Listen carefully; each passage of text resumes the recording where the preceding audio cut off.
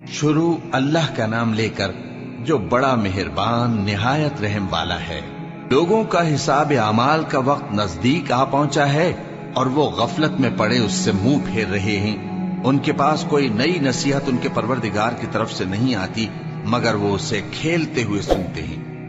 उनके दिल गफलत में पड़े हुए हैं और जालिम लोग आपस में चुपके चुपके बातें करते हैं कि ये शख्स कुछ भी नहीं मगर तुम्हारे जैसा आदमी है, तो तुम आंखों देखे जादू की लपेट में क्यों आते हो।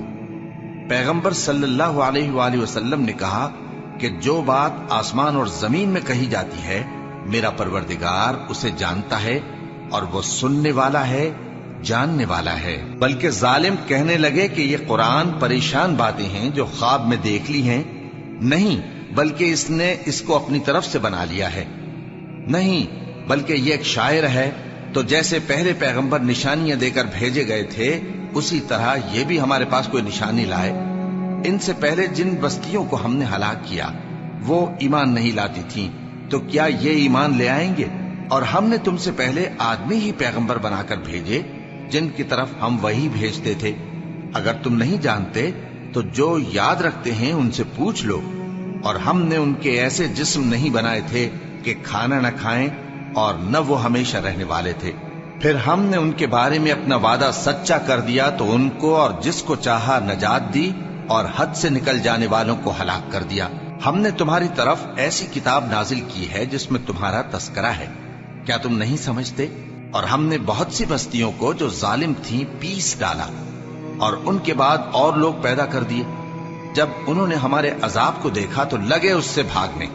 मत भागो और जिन नेमतों में तुम ऐशो आसाइश करते थे उनकी और अपने घरों की तरफ लौट जाओ, शायद तुमसे इस बारे में दरियाफ्त किया जाए।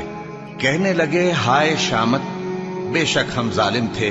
तो वो बराबर इसी तरह पुकारते रहे यहां तक कि हमने उनको खेती की तरह काट कर और आग की तरह बुझा कर ढेर कर दिया।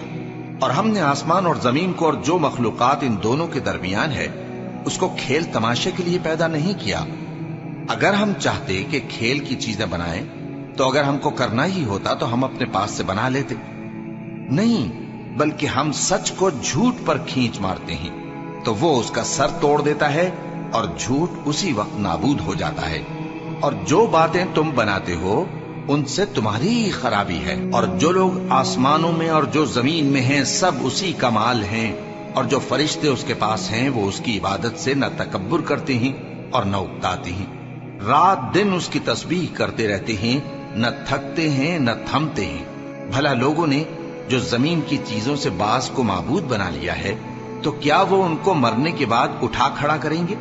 अगर आसमान और जमीन में अल्लाह के सिवा और माबूद होते तो जमीन और आसमान दरहम बरहम हो जाते। जो बातें ये लोग बनाते हैं तो अल्लाह जो मालिक अर्श है उन बातों से पाक है।